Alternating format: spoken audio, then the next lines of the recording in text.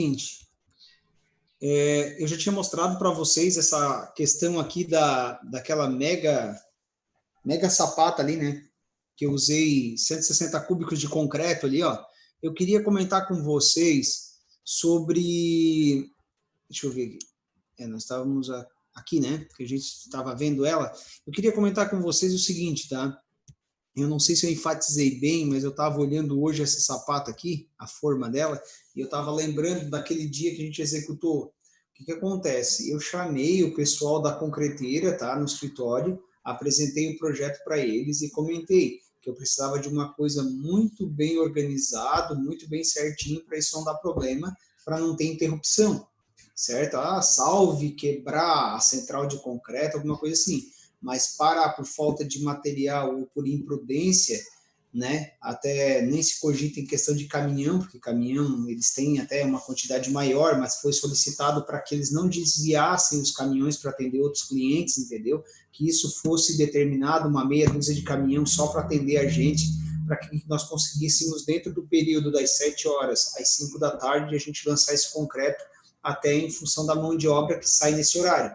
E por mais que tu fale em pagar hora extra, não são todos que ficam, tá? Então o dia a dia ele é bem complicado, mesmo tu pagando, tá? Tem muita gente que não fica em função de ônibus e tudo mais. E para te comprometer, às vezes a concretagem é 2 palitos. Então uma das coisas que eu tomei cuidado foi em conversar com a concreteira, deixar bem claro da importância dessa concretagem naquela data. Outra coisa que eu digo para vocês é verifiquem acessos até esse local ali, se previnam com mais de um vibrador, por exemplo, nesse caso aí eu tinha 2 na obra, eu fui em outra obra, peguei mais 2, deixei como carta na manga, tá? Vai que quebra, vai que queima, esquenta demais, entendeu? Então deixei como carta na manga. Já verifiquei a questão de mangueira e água para a obra também, para não vir a faltar, para molhar a forma ou lavar alguma coisa. É interessante ter uma ou outra jirica também, né, que seria carrinho e tudo mais. É interessante, apesar de ser com a bomba lança, né? Ou com a estacionária também dava, mas melhor com a lança. E o que mais que também eu verifiquei? A questão de extensões. Tomem cuidado com essas questões de extensões também, tá? Então, esses equipamentos que são fundamentais para te fazer essa concretagem, tu tens que pensar nesse momento, em função de ser algo grande, de ter mais de um à disposição. Isso vai ser para toda a linha de serviço de vocês, para todo o ramo, assim. Vai concretar uma laje grande. Tem que se preparar antes, não deixa para cima da hora. Tipo assim, ó, quando eu executava piso industrial, tá? Piso industrial, normalmente, tu lança o concreto de manhã, ele vai dando a cura no concreto e depois do almoço, meia tarde em diante, a gente entra com equipamento de alisamento, né, que dá o acabamento com as alisadoras que dão um acabamento no piso, tá? Então, o que acontece? Esse serviço, dependendo do tamanho, lógico, como eu sempre trabalhava com área grande, essa atividade ela adentra à noite, tá? E assim, ó, o que aconteceu? Como é que eu aprendi isso um dia? Ninguém me falou. Eu fui começar a concretagem, os caras da concretagem não falaram nada, o cara lá que era o encarregado também não comentou nada comigo da obra. Quando chegou ali 4 horas da tarde, alguém disse assim, ó, tá, cadê as luminárias para a gente acender aqui à noite? Caiu a casa, né? Quem é que falou em luminária? Ninguém falou em luminária. Tá, e agora? Aí, já digamos assim, né, não tinha responsabilidade da empresa que estava terceirizada lançando concreto, isso aí, na verdade, deveria ser por responsabilidade deles, tá? Só que assim, ó, ali não estava o engenheiro deles, só estava o encarregado que estava cuidando de todo o serviço, o maioria do pessoal já tinha saído fora porque já tinha lançado concreto, era só as alisadoras que iam entrar, então assim, ó, fica totalmente protegido. Por mais que eles tivessem os refletores, digamos assim, os pedestais, os refletores, mas não tinha as extensões, entendeu? Aí falta uma simples régua de tomada para ligar isso, entendeu? Olha, é para se rebentar todo, tá? Para correr de atrás. Aí tu fica vacinado pela primeira vez, entendeu? E aí a segunda vez que tu errar é burrice, então é um esquecimento, tá? Então tem que tomar cuidado com esse tipo de coisa, certo? Então, eu só queria enfatizar mais isso para vocês terem isso em mente, tá? Que sempre que vocês forem fazer uma atividade, vocês têm que pensar no antes, no durante e no após a atividade ali, tá? Ok? A gente estava aqui, né? Então, olha ali, ó. Concretagem. O adensamento deve ser de modo a torná-lo o mais compacto possível. Então, o que a gente fala como adensamento? É, querendo ou não, tu acomodar o teu concreto mesmo e fazer com que, através de alguma movimentação ou de alguma ação mecânica, né? Uma ação, uma força, alguma coisa assim, tu expulse todo o ar, todo o espaço que tu tens dentro desse teu concreto, tá? Para ele ficar o mais homogêneo possível, o mais compacto possível. Para isso, o método mais utilizado é por meio de vibradores de imersão, tá? Cuidado para o quê? Não aplique não coloca, né, não vibra, tá, o equipamento, o teu concreto com o vibrador na vertical, tá? Procura não na verdade, né? Sempre aplique o teu vibrador sempre no sentido vertical, tá? Nunca com ele deitado ou inclinado, tá? A gente tem que procurar sempre trabalhar com ele na vertical, certo? Que ele trabalha em trechos, digamos assim, que vai estar expulsando o ar e vai estar adensando o teu concreto, tá? Vibrar o maior número de vezes possível. Então, vai estar emergindo, esperando alguns segundos e tirando, emergindo, esperando alguns segundos e tirando, e assim por diante, tá? Nunca deixem o vibrador num lugar só ali, vibrando um tempão, tá? Isso pode acontecer de danificar a forma, tá? Estourar essa tua forma e não aguentar. Por isso, tu tens que emergir, deixar alguns segundos e assim por diante, tá? O comprimento da agulha do vibrador deve ser maior que a camada a ser vibrada. O que quer dizer isso? Deixa eu mostrar para vocês aqui. Ó, isso aqui, ó, é a agulha do vibrador, tá? O vibrador ele é formado por essa agulha, que tem, querendo ou não, um cilindro, né, interno ali, um pistão interno que ele trabalha excêntrico, tá?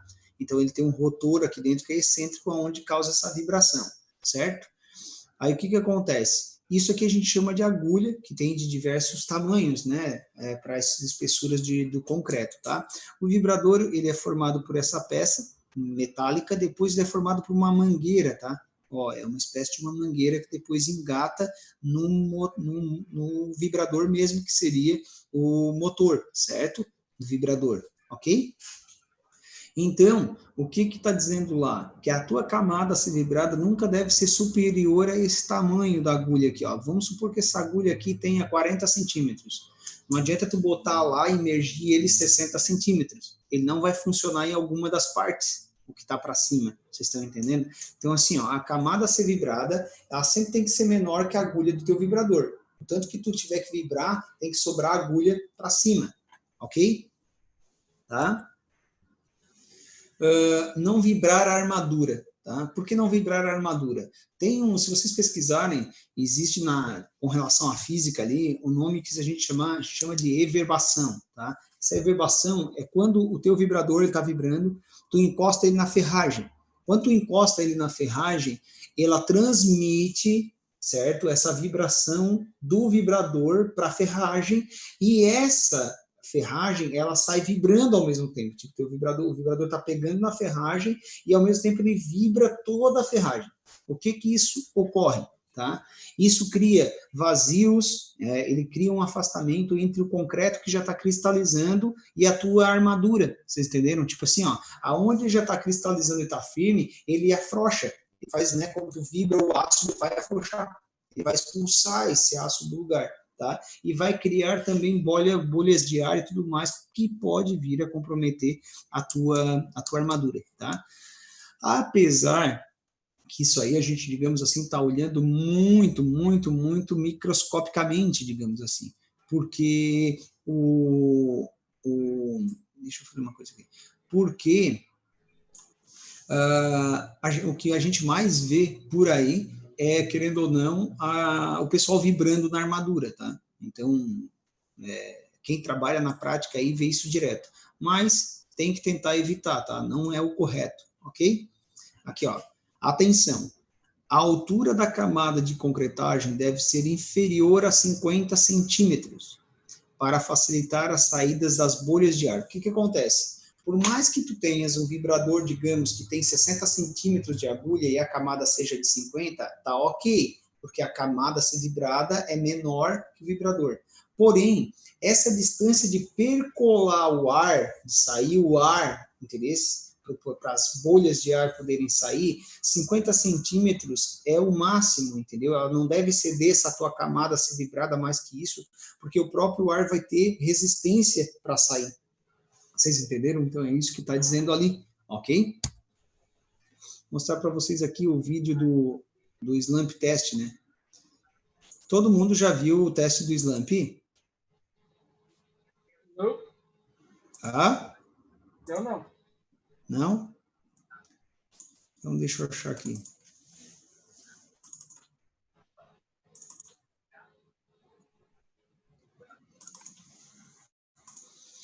Onde é que tá? Aqui.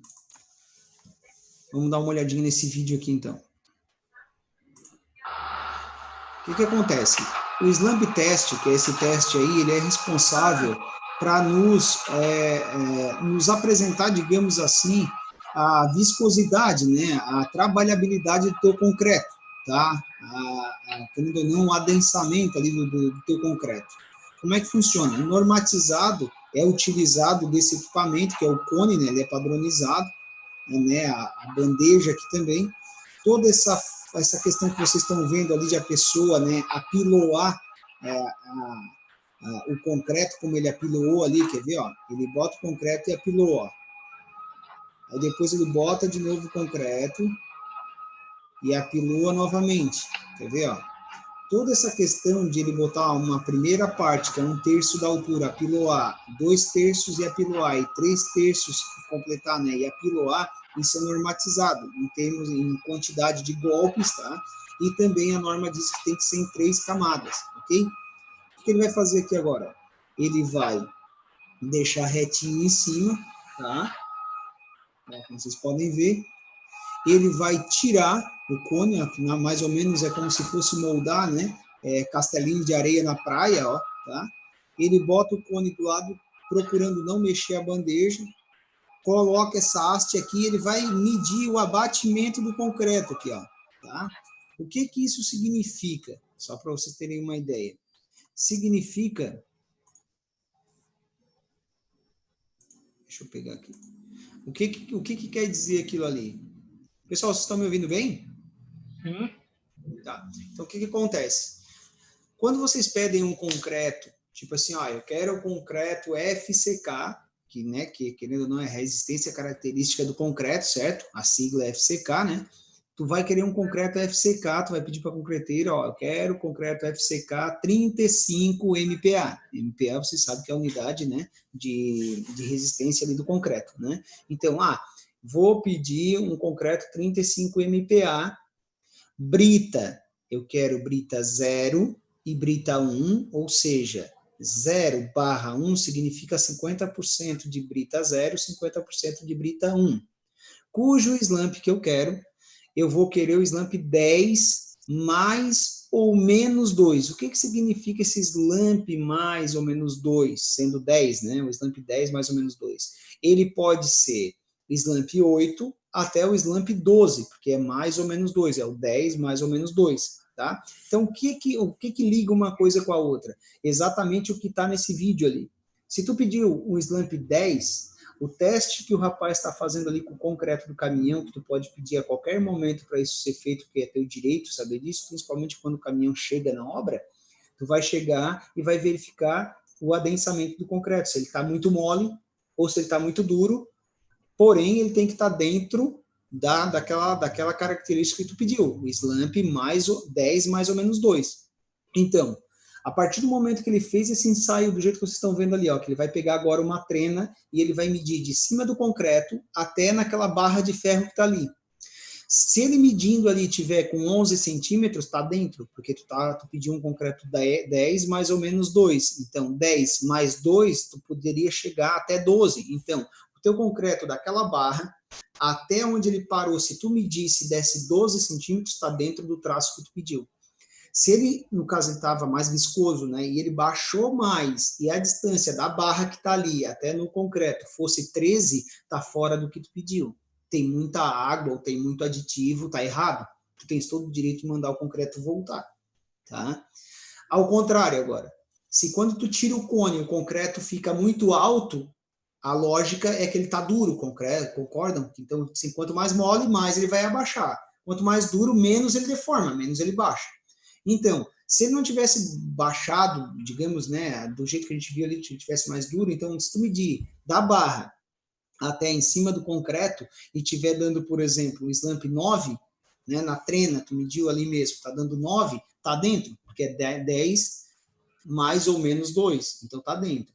Se tu medir 8, ainda tá dentro, que é 10 menos 2, 8, beleza. Se tiver dando 7, ele tá duro pra caramba, ele tá abaixo do que tu pediu. Se ele der 6, aí mesmo ele tá uma farofa, ele vai estar duro, tá? Então, o que que acontece? Povo, cadê o meu vídeo? Vamos aí. Tá? Ô, professor, só uma pergunta. Ele saiu ali para ir lá pegar a trena, tem um tempo determinado para ir ali medir ou ele pode Não, voltar não. daqui? Não, porque depois daquilo ali, o Mota, deixa eu sair de umas coisas que estão aparecendo. Vocês estão vendo essas coisas que estão aparecendo na tela? Estamos tudo. Se eu fizer alguma cagada, vocês me avisam, né? Ah, tá aqui, ó. O que acontece, Mota? O tempo de ele ir lá e vir aqui não é significante. É significante se estiver trepidando alguma coisa aqui ao redor. Ah, Aí, sim. com certeza, isso aqui vai alterar. Tá? Eu até vou liberar o resto do vídeo. Né? Ele foi lá buscar a trena. Aí ele não acha a trena para variar, porque eles nunca têm trena, a gente tem que emprestar. Agora ele vai pegar a trena ali com o mestre de obra, quer ver? Ó. Então ele mediu ali, ó. Se tu pedir o slump 12 mais ou menos 2, o 12 pode vir a 10, como pode ir a 14, tá? Então se ele mediu ali e o slump ficou entre o 10 e o 14, sendo que tu pediu o slump 12 mais ou menos 2, tá dentro. Tá dentro do que tu queres, tá? Ô, professor, Oi. aí tem o tempo de, tipo, puxar ele ali, né? Puxar o slump, né? Tem um tempinho ali para determinado ali, Na né? verdade, assim, ó, sempre o que eu vi na prática, tá? Não tô falando dentro de norma porque eu não lembro mais se fala algum tempo, alguma coisa, mas eu sempre que eu fiz foi assim, ó. Tu coloca a primeira camada, se eu não me engano é 20 golpes, 25, eu já não lembro mais. Se não me engano 25. é 25, se eu não me engano, né? Aí tu pega e bota uma parte, né, ali dentro, uma terça parte, e apilou 25 golpes espaçados, beleza. Aí tu pega mais um pouco do concreto, bota dentro mais 25. Depois pega o saldo, bate mais 25, régua ele ali em cima para ele ficar direitinho, aí tu já tá com a trena normalmente ali do lado, tu vai sacar ele fora sem esperar nada, tu vai sacar ele fora tudo naquele momento, vai botar o cone do lado, vai botar, querendo ou não, aquela balizazinha ali de ferro, né, aquele ferrinho, e tu vai medir, tudo na mesma hora. Não tem assim um tempo que eu lembro, tá? É Aí, 5 a 10 segundos. ah, 5 a 10 segundos. é isso? Isso. Eu não lembrava. Então, te agradeço aí a colocação, mas realmente, assim, digamos, nos mínimos detalhes eu não sabia. Então, Mota, ó, tá vinculado sim ao tempo de ir lá e voltar. 5 segundos é bem rápido, né? Não, não, é 10. de puxar o slump ali, professor. Puxar ele para cima. Ah, tá. Tu diz a ação de puxar. Tá, É, tá. ação de puxar Não o ele. tempo de tu medir, no caso. Não, não, é de puxar a linha. Tá, tá. Não, Douglas, então tá. Beleza. Fechou. Ô, Tá? professor, mais uma pergunta. O slump, ele vem no projeto estrutural ou é a prática que te diz qual é o slump Não, que tu vai pedir? não. Ele fala no projeto estrutural, tá? Ele fala a resistência que tu tens do concreto, tá? Na verdade, não. Até eu tô relembrando a tua pergunta aqui, assim, na hora que às vezes o cara fala assim, tem projetos que falam que o concreto ele tem que ser tipo 30 MPa, mas ele não determina o slump, não determina, tá? Tanto é que tu pode lançar ele mais fluido, como tu pode lançar ele mais duro, o que vai é da tua necessidade no momento da execução. Por exemplo, o prédio que normalmente a gente executa, Mota, e não fala o slump não, tá? O que acontece? Pelo menos eu não estou lembrando disso agora, estou falando que não faz, é só que dá a característica do concreto. Por exemplo, quando tu vai fazer prédio aí de 60, 65 metros de altura, aí, que dá ali os seus 18 pavimentos, digamos assim, ô Mota, a gente costuma usar um concreto de slump 14, de slump 16, para te ter ideia. Ele tem que ser bem fluido. Por quê? porque a bomba vai lançar ele pela tubulação, normalmente é uma bomba que ela é estacionária, e ela tem que dar muita pressão, e ele não pode ser seco. Se for seco, ele dá muito atrito na tubulação e não vai. Tá? Isso pode acontecer até de um rompimento, um acidente bem grave ao longo da altura do prédio. Então, quando a gente começa a fazer o prédio que tu está no térreo, a gente sobe o primeiro pavimento, usa a bomba-lança, normalmente o segundo pavimento usa a bomba-lança, já no terceiro, às vezes tu não tens altura, a bomba-lança não dá alcance. Aí a gente já tem que vir instalar a tubulação, que normalmente fica do tapume para dentro da obra. Então é um cano, literalmente, ele sai do tapume, na horizontal, e sobe em algum ponto da obra, e ali tu só vai prolongando conforme tu vai aumentando as lajes. Vai prolongando, prolongando, prolongando. Aí lá em cima é colocado o mangote de borracha. Fica a ponta lá em cima, em cada andar. Então, tu vai concretar com a laje, tu bota a mangueira só lá em cima e a bomba estaciona lá embaixo e se conecta. E ela lança o concreto. Então, quanto mais alto e mais distante que tu tiver o concreto para lançar, mais fluido ele tem que ir. Ele tem que ser, entendeu? Tipo assim, se é um concreto de uma sapata, por exemplo. Concreto de uma sapata, tu lança com slump 8, slump 7. Quanto mais sequinho, melhor. Para ela firmar, né? Para ela fazer, para ela moldar o formato dela. Tá? Agora, em alturas, esse tipo de coisa, tu já lança um slump menor. Por isso que normalmente não se coloca o slump no projeto, tá? Eduardo, me corrija se eu estiver errado. Tá? Quando a gente pega um slump, vamos dizer assim, não aparece no estrutural, né? Mas tu tens uma relação água-cimento, correto? Às vezes tem.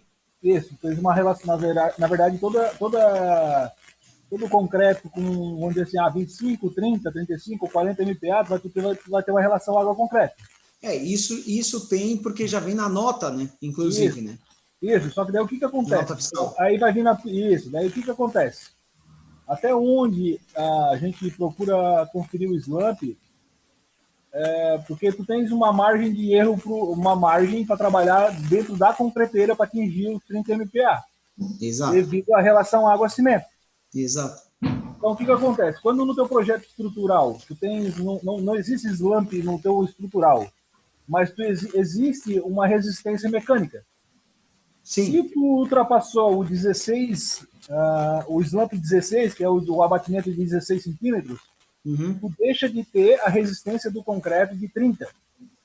Então, o que acontece? O slump, para mim, é mais um controle de qualidade, tá, do que uma forma de trabalhar. Porque, tipo assim, eu não costumo concretar uma coluna com slump acima de 12. Ou de, sei lá, por quê? Porque se ela é muito alta, ela arrebenta a caixa. Vamos botar assim, eu estou concretando uma coluna de secção de 60 por 60. Se eu botar um slump 14 ou um 15, cara, a probabilidade de eu arrebentar minha caixa é muito grande. Sim. Não vou arrebentar porque a gente faz uma marcação muito grande. Mas eu acredito que o slump é mais por controle de qualidade, não seria? Pior que é verdade. Porque a tua relação água-cimento está dentro do teu slump. Sim. Então, se o teu slump está acima do 16, tu tem que assinar um termo de responsabilidade, porque o fator água-cimento está bem acima. Está acima do normal. Daí tu vai deixar de ter a resistência de 30 MPa. Vai passar exatamente, lá. Talvez. Exatamente. Então, porque a água ela influencia totalmente, né, na resistência do concreto, né? Sim. Então o slump eu acho que é mais uma parte de qualidade, um processo de controle de qualidade. É um controle, exatamente. É um controle. Na verdade, assim, tu concorda comigo que se tu não fizer aquilo ali, tu não tem como saber nada? Sim. Tu trabalha, até o mapa, né? Tu trabalha às cegas, não é verdade? Sim. Tu acaba trabalhando às cegas. Então é o único jeito de tu referenciar alguma coisa. Ou ele vai estar muito mole acima do que tu pediu, ou ele vai estar muito duro, né, abaixo do que tu pediu. E aí tu tens como dar uma controlada. Se está abaixo, né, normalmente tu consegue dar uma correção, né, para só que acima de 16 tu não tem mais. É complicado, né? Sim. O certo é tu não adicionar nada e não mexer nada, né, João? O correto é chegar dentro daquele parâmetro que tu pediu. Mas daí, tipo assim, pra gente, tu pede 8 metros cúbicos lá na serra e tu pede 8 metros cúbicos aqui na nossa região, aqui que é baixo. Cara, eles vão ter que mandar um slump 10 lá pra serra. E para mim aqui eles podem mandar um 14, porque não vai vazar do caminhão. Sim. Então, isso tem mais uma relevância para te adicionar mais água lá, entendeu? É nessa situação que a gente trabalha. Tipo, eu vou concretar uma escada. Se for um slump acima de 12, não para na escada. Não vai parar, vai escorrer tudo. Isso, daí tu tem que ligar lá para a concreteira e falar, eu vou concretar uma escada e eu preciso do slump, pode mandar 12. Se não tiver acima de 12, pode voltar. Na verdade, João, é verdade o que tu está comentando. Tem casos assim, tem casos que a concreteira pergunta para que elemento tu vai executar. Se é uma sapata, se é um bloco, se é viga, se é laje. Se for laje, tu pedir, por exemplo, às vezes tu não sabe, né? Eu quero lá um concreto 35 MPa ou 30 MPa, né? Que é o para polir, digamos assim, 30 MPa. E digamos que tu é novato e tu não sabe, e tu chega e pede pro cara lá que o slump seja 8 mais ou menos 2, ele vai ficar cabreiro, porque ou vai a 10, ou então vai, querendo ou não, a 6, certo? Que vai estar extremamente duro e que tu sabe que é extremamente ruim de tu fazer o capeamento de uma laje.